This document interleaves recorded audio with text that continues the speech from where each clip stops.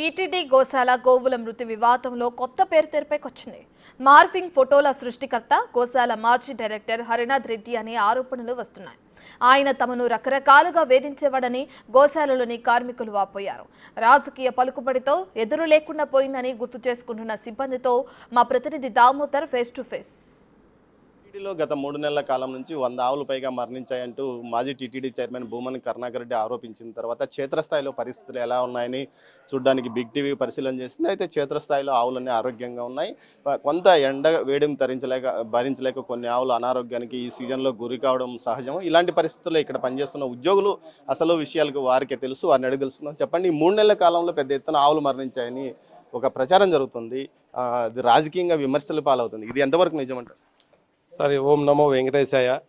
ఈ గోశాలను నమ్ముకొని బతుకుతున్నాం మేము. గోశాలే మాకు కూడుబెట్టి ఈరోజు కాపాడుతుంది. ఇటువంటి గోశాల మీద బయట వారు చేసే తప్పుడు ఆరోపణలు మాత్రం మేము ఖండించాల్సిన బాధ్యత మాదే. ఇప్పుడు మేము మాట్లాడకపోతే మేము సంస్థకి అన్యాయం చేసిన వాళ్ళు అయిపోతాము. ఈ సంస్థలో గోవుల్ని మేము చాలా భక్తి భావంతో భగవంతుడు సేవ చేసుకునే విధంగా సేవ చేసుకుంటున్నాం. గోవుకి ఇక్కడ ఎలాంటి గోవులు చనిపోతాయి. వయసు అయిపోయిన తర్వాత ఇంకా నీరసం అయిపోయిన తర్వాత ఎండల్లో కొంచెం గోవులు చనిపోవడం సహజమే. కానీ ఇట్లా దూడలు చనిపోయినాయి, ఆవులు చనిపోయిన ఫోటోలు పెట్టి మాత్రం మార్పిడి చేయడం చాలా దురదృష్టకరం. ఇది ఇక్కడ ఉండే సిబ్బందిగా మేము పూర్తి స్థాయిలో ఖండిస్తున్నాం. అంటే గతంలో ఈ నాసిరకం దానా పెట్టారని కొన్ని వీడియోలు చైర్మన్ గారు చూపించారు. ఇలాంటి పరిస్థితి ఉండిందే గతంలో? ఉండింది, హరినాథ్ రెడ్డి గారు పీరియడ్లో ఉండింది. అప్పుడు మేము ఆల్రెడీ లెటర్ పూర్వకంగా పెట్టాం. ఆ లెటర్ పూర్వకంగా పెట్టినా కానీ వాళ్ళు దాన్ని స్పందించలేదు. మేము యాక్షన్ తీసుకుంటాం, మీ పనులు మీరు చూసుకోండి అన్నారు.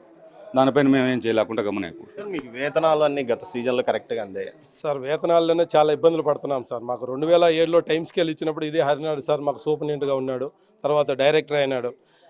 ఈఎంటీఎస్ అనే పేరు గవర్నమెంట్లో ఎక్కడా లేదు సార్. ఒక్క దేవస్థానంలో మొదటి ప్రయత్నంలో ఈయనే పెట్టింది. ఆ ప్రయత్నంలో పోయి మేము అడిగినా, ఏం సార్ ఎంటీఎస్ అనేది ఉంది గవర్నమెంట్లో, వాళ్ళకి పీఆర్సీలు అన్నీ వస్తాయి, న్యాయం జరుగుతుంది, మాకు ఈఎంటీఎస్ ఎందుకు పెట్టినారంటే మీకు అన్ని మంచి జరగాలని ఉద్దేశంతో పెట్టినాను అని ఆ రోజు మా సమక్షంలోనే చెప్పిన వ్యక్తి ఈరోజు 2022 పీఆర్సీ రాలేదని అడిగితే గవర్నమెంట్లో అన్నింటిలో ఇచ్చుండారు.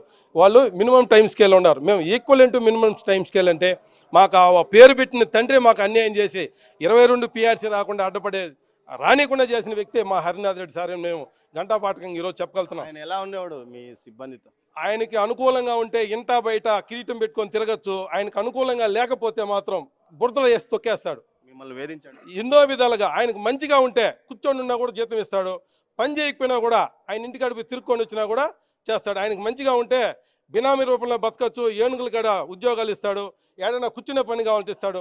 ఇప్పుడు 91 నుంచి పనిచేసేవాడికి అన్ని అర్హతలు కలిగిన వాడికి సీనియారిటీ ప్రకారం కొండకి ఏనుగుల దగ్గరికి పోతాము, ఆవుల దగ్గరికి పోతామంటే మాత్రం మాకు ఎందుకు అవకాశం కల్పిరు?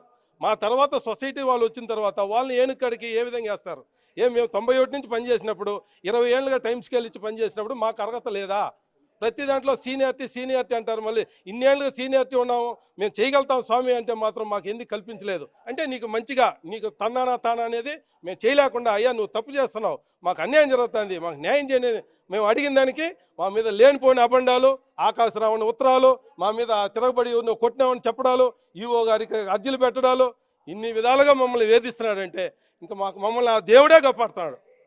శ్రీ వెంకటేశ్వర స్వామియే కాపాడుతాడు. మేము చేసే గోవు సేవకి మమ్మల్ని కాపాడుతున్నారు, భగవంతుడే కాపాడుతున్నాడు మమ్మల్ని. మేము ఎక్కడైనా పని జరుగుతుందంటే ఇదే ఈయన ఆరుముండతో మొదటి నుంచి పనిచేస్తున్నాడు. 25,000 రూపాయలు మీరు ఇవ్వండి, మీరు ఏడా పోవాల్సిన పని లేదు, నీకు నేను పర్మనెంట్ చేపిస్తానని తీసుకున్న వ్యక్తి 4-5 ఏళ్ళు చేతిలో పెట్టుకొని మళ్ళీ తిరిగేసి చేతికి ఇచ్చేసి ఇంకా ఏం చేయలేకపోయినాను, మీ డబ్బులు మీరు తీసుకోండి అని చెప్తే దీనే దాని కారకుడు. మీరు 25,000 ఇచ్చారా? మనిషికి 25,000. 25,000 2012లో నేను ఆడాయడ ఎందుకు తిరుగుతారు, నేను ఎవరికో చెప్పి రెగ్యులర్ చేయించేస్తాను అటని చెప్పేసి మనిషికి 25,000 రూపాయల లెక్కన వసూలు చేసి తీసుకునేది వాస్తవం. హరినాథ్ రెడ్డి తీసుకునేది వాస్తవం. మొత్తం మీద అయితే హరినాథ్ రెడ్డి మిమ్మల్ని చాలా ఇబ్బందులు పెట్టాడు. అదేవిధంగా ఆవుల పోషణ పట్ల ఆవులకు కూడా ఇబ్బంది పెట్టినాడు. చిన్న ఇబ్బంది కాదు, ఆవులకు కూడా బాగా ఇబ్బంది పెట్టినాడు. అంత నాసిరకం దానా వేసుకునేది, పాలల్లో కమిషన్లు వస్తాయి, ఇక్కడ ఏం పాలు రాకపోతే నాకేం పోయింది అని కూడా ఇచ్చేసాం. లీటర్కి 25 పైసలు లెక్కన తీసుకున్నాడో లేదో చెప్పండి. మొత్తం మీద చూస్తే హరినాథ్ రెడ్డి పెద్ద ఎత్తున ఇక్కడ అక్రమాలకు పాల్పడినట్లు తెలుస్తుంది. ముఖ్యంగా ఉద్యోగులను వేధించడము, తనకు ఏదైతే అటు టీటీడీ చైర్మన్, ఈవో, అదనపు ఈవోల వద్ద పలుకుబడి ఉండడంతో పెద్ద ఎత్తున ఇటు ఉద్యోగులను వేధించడమే కాకుండా ఉద్యోగుల వద్ద లంచాలు తీసుకున్నాడని ఆరోపిస్తున్నారు. దీంతోపాటు టీటీడీకి సరఫరా అయ్యే పాలలో ప్రతి లీటర్కు ₹2 పెద్దన చొప్పున కమిషన్ తీసుకున్నాడు. అదేవిధంగా దానాను నాసిరకం దానా ఇచ్చి ఆవులను కూడా హింసించాడని కూడా ఇక్కడ పనిచేస్తున్న ఉద్యోగులు చెప్తున్నారు. మొత్తం మీద హరినాథ్ రెడ్డి లీలలో ఒక్కటొక్కటిగా బయటపడుతున్నాయి. దీంతో అతని మీద క్రమశిక్షణా చర్యలకు కూడా టీటీడీ సిద్ధమవుతున్న పరిస్థితి. కెమెరా పర్సన్ పురుషోత్తంతో దామోదర్ తిరుపతి గోశాల నుంచి.